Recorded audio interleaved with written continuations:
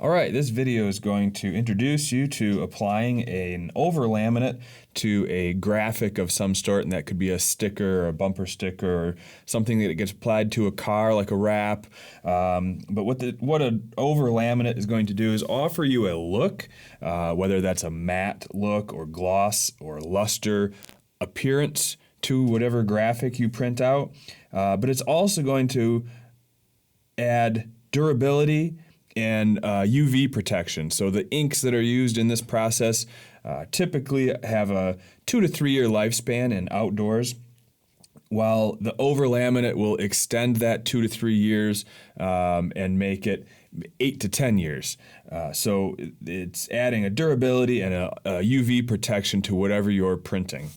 In addition to the durability and protection, you can have specialty over-laminates such as floor laminates, things like that provide an anti-slip trap.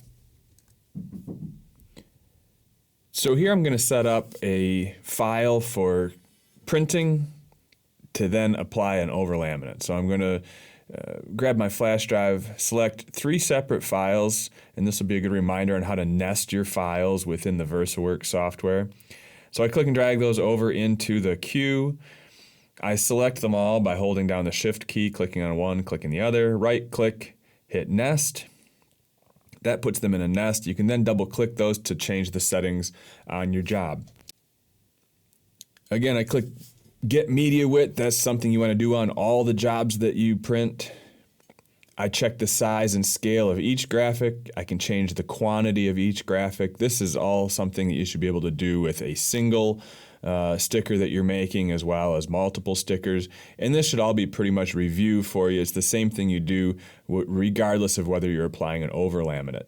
Same thing with media type. I'm selecting a generic vinyl, standard quality. I do select sign and display for color management. It gives your color a little more pop.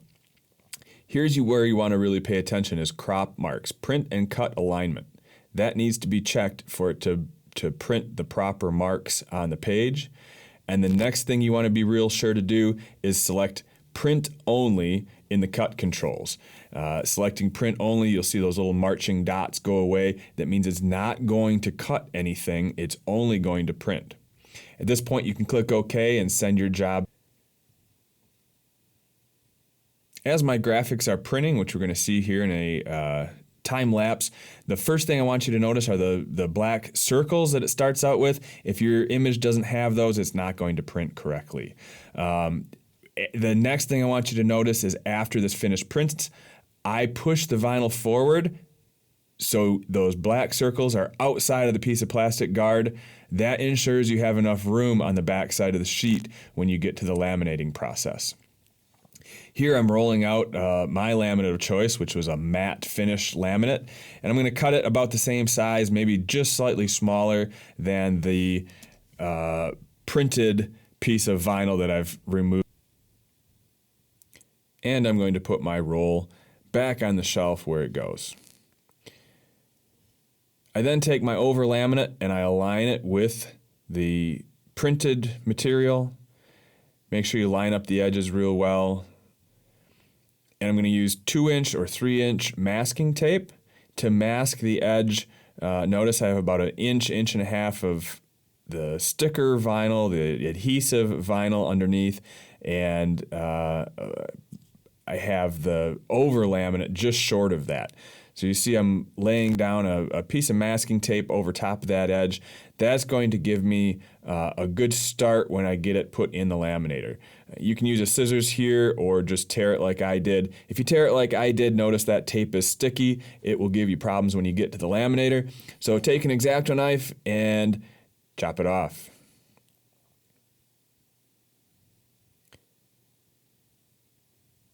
You'll also have some additional material that can be removed.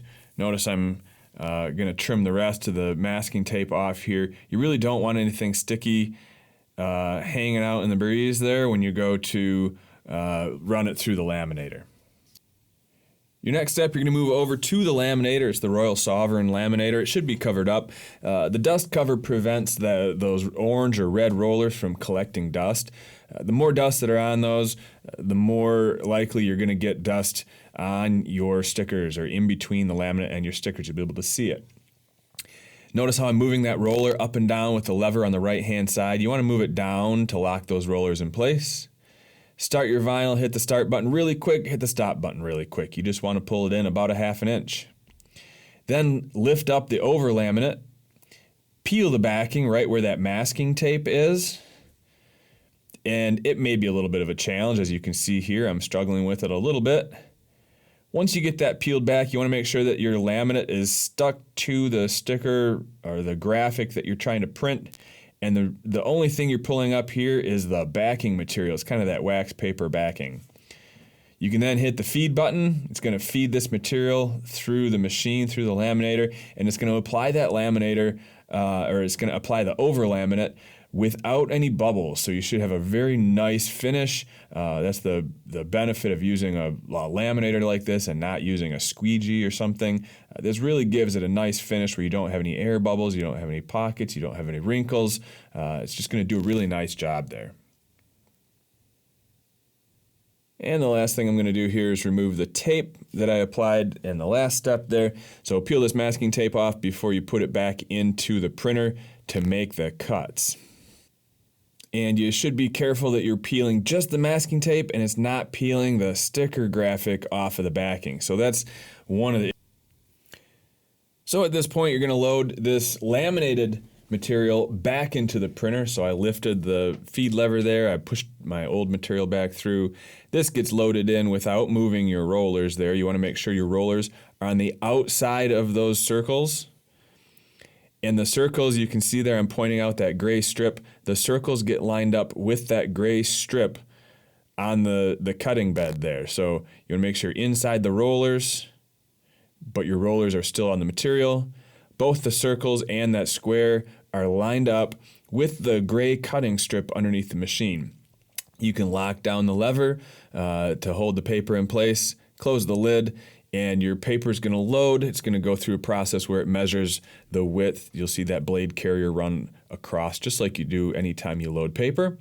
And it's going to check the right-hand side, the left-hand side, measure the sheet, and return back to its home spot.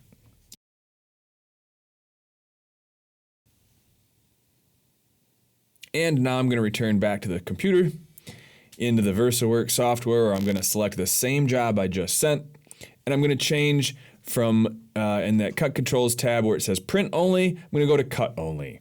And these settings are a little more of an art than a science, but I always slow the speed down just a little bit and then up the cutting force, because you're not only cutting through the vinyl, but you're also cutting through the over-laminate. So you want to increase that a little bit. I find that 80 works pretty good if you've got a semi-dull blade. If you have a brand new blade, your force can be a little less than that.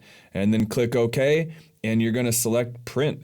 That's going to send that cut line to the printer.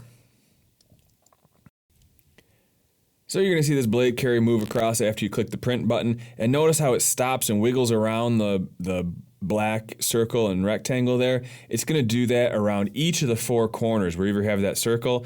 That identifies that it's finding those marks. And here's a little time lapse of that happening.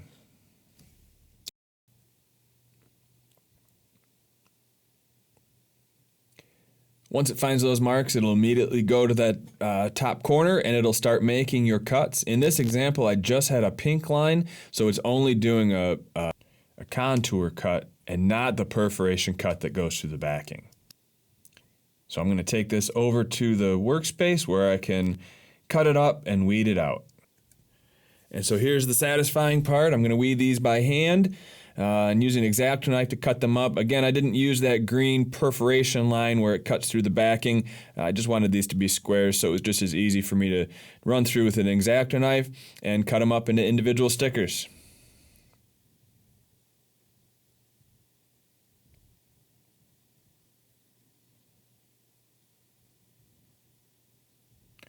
And as always, when you're done, please pick up any scraps that you have, throw them in the garbage, And be sure that you put the cover back on that laminator. Again, that dust cover is going to prevent the rollers from picking up dust and then having that transfer into the space between the laminate and the sticker itself to leave little dust bunnies inside your stickers. Good luck with your projects.